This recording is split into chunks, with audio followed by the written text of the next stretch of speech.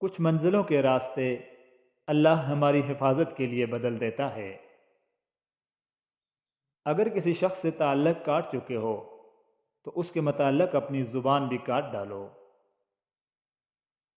انسان کے دل کے لیے سب سے مفید چیز لوگوں کے ساتھ نرمی کا معاملہ کرنا اور انہیں خیر پہنچانا ہے۔ کبھی صفائی نہ دو اپنے سچے ہونے کی۔ اگر تم سچے ہو تو تمہارا رب جانتا ہے، بس یہی بہت ہے۔ قدرت سو جانے والوں کو بار بار نہیں جگاتی۔ جب تک وہ کسی قوم میں زندگی کے علامات دیکھتی ہے تو وہ اسے جھنجھوڑتی ہے، لیکن جب وہ مایوس ہو جاتی ہے تو اسے لوریاں دے کر موت کے نیند سلا دیتی ہے۔ انسان کا سب سے بڑا خسارہ یہی ہے کہ وہ دوسروں کی طرف دیکھ کر یہ سوچے جو اس کے پاس ہے وہ ہمارے پاس بھی ہو۔ کس کس کو راضی کرو گے؟ بس ایک رب کو راضی کر لو، سارے مسائل حل ہو جائیں گے۔ جنہیں آپ کی تکلیف کا احساس نہ ہو انہیں اپنی تکلیف کا احساس دلانے کی تکلیف بھی نہیں کرنی چاہیے۔ مصلحت کا معیار یہ ہے کہ آپ کے پاس کہنے کو بہت کچھ ہو، لیکن آپ ناسمجھوں کے سامنے اپنی خاموشی کو ترجیح دیں۔ اچھا سوچیں اور اچھا بولیں، کیونکہ بدگمانی اور بدزبانی دو ایسے عیب ہیں جو انسان کے ہر کمال کو زوال میں بدل دیتے ہیں۔ خواہشوں سے نہیں گرتے پھل جھولی میں، وقت کی شاخ کو میرے دوست ہلانا ہوگا۔ کچھ نہیں ہوتا اب اندھیروں کو برا کہنے سے، اپنے حصے کا دیا خود ہی جلانا ہوگا۔ کیا تم مجھ سے سورج مکھی جیسی محبت کر سکتے ہو؟ میرے ہوتے ہوئے تمہارا رخ صرف میری طرف ہو، اور جب میں نہ ہوں تو تم ساری دنیا سے منہ موڑ لو۔ سورج مکھی طرح اخلاق کے پیچھے کردار کا ہونا لازمی ہے۔ منہ کی مٹھاس اور چہرے کی مسکراہٹ کو ہرگز اخلاق نہیں بلکہ فن کہتے ہیں۔ دیکھنا ایک دن تم شکر کے سجدے میں ہوگے اور آنسوؤں سے تمہارا چہرہ اور جائے نماز بھیگ چکی ہوگی۔ تمہیں سمجھ نہیں آئے گا کہ کس طرح اللہ کا شکر ادا کروں۔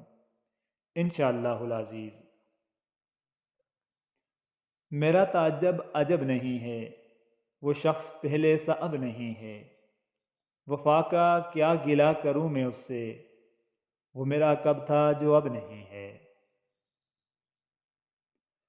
ڈوبے ہوں کو ہم نے بٹھایا تھا اور پھر کشتی کا بوجھ کہہ کر اتارا گیا ہمیں۔ نرم دل لوگ جلدی رو پڑتے ہیں، جلدی روٹھ جاتے ہیں اور جلدی مان جاتے ہیں۔ سنا ہے اللہ کو ایسے لوگ بہت پسند ہیں۔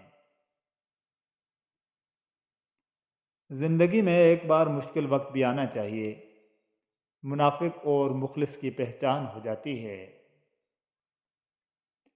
میں اپنی ماں سے محبت کیوں نہ کروں، جس نے پہلے مجھے اپنے جسم میں، پھر اپنے ہاتھوں میں اور پھر اپنی زندگی بھر کے لیے دل میں رکھا۔ اللہ کی طرف آپ جتنی بھی رفتار سے جا سکتے ہو جائیں، رینگتے ہوئے بھی جائیں، اس کے سوا کہیں کوئی نہیں ہے سننے والا، کوئی حل نہیں کرے گا مسائل، کوئی دعائیں قبول نہیں کرے گا، تو جائیں اسی کی جانب، وہ آپ کا استقبال کرے گا۔ بڑی بڑی باتوں پر ہار نہ ماننے والے اکثر چھوٹی چھوٹی باتوں پر ٹوٹ جایا کرتے ہیں۔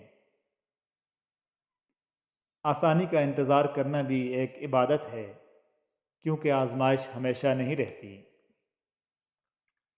مشکل وقت کو بھلایا جا سکتا ہے، مگر مشکل وقت میں ساتھ اور ہاتھ چھوڑ کر جانے والے کبھی بھی نہیں بھلائے جا سکتے۔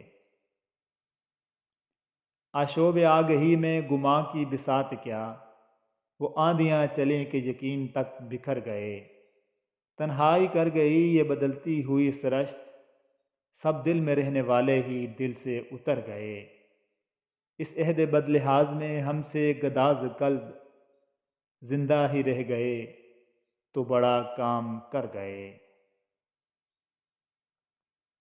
وقت کتنا لگتا ہے وقت کے گزرنے میں، زخم کے نکھرنے میں، خواب کے بکھرنے میں، راستہ بدلنے میں، دور جا نکلنے میں، وقت کتنا لگتا ہے وقت کے گزرنے میں۔ رسوا ہوئے، ذلیل ہوئے، در بدر ہوئے، حق بات لب پہ آئی تو ہم بے ہنر ہوئے۔ کل جہاں میں جن کو کوئی پوچھتا نہ تھا، اس شہر بے چراغ میں وہ معتبر ہوئے۔ جس دن موت آئے گی وہ دن ان تمام دنوں سے افضل ہوگا جن دنوں میں کئی بار مرنا پڑتا ہے۔ کیا ضروری ہے کہ ہر بات کی تصدیق بھی ہو، وہ جو نزدیک نظر آتا ہے نزدیک بھی ہو۔ تم اگر صاحب رائے ہو تو ضروری تو نہیں، تم جسے ٹھیک سمجھتے ہو وہ ٹھیک بھی ہو۔ کسی ترنگ کسی سرگوشی میں رہتا تھا، یہ کل کی بات ہے دل زندگی میں رہتا تھا۔ بس ایک شام بڑی خاموشی سے ٹوٹ گیا، ہمیں جو مان تیری دوستی میں رہتا تھا۔ بنت ہوا کے لیے کیا یہ اہمیت کم ہے کہ ابن آدم اس کے بغیر نامکمل ہے؟ شیخ عبد القادر جیلانی رحمۃ اللہ علیہ فرماتے ہیں، اے لوگو تمہارے دل مردہ ہیں، سو اللہ کے مسلسل ذکر، قرآن کی تلاوت، نبی صلی اللہ علیہ وآلہ وسلم کی سنت کی پیروی اور ذکر کی محفلوں کے لیے خود کو ہر حال میں وقف کر دو، تب تمہارے دل دوبارہ زندہ ہو جائیں گے، جس سے مردہ زمین تازہ بارش سے زندہ ہو جاتی ہے۔ ان ناشئۃ اللیل ہی اشد وطئا واقوم قیلا، در حقیقت رات کو اٹھنا نفس پر قابو پانے کے لیے بہت کارگر اور قرآن ٹھیک پڑھنے کے لیے زیادہ موزوں ہے۔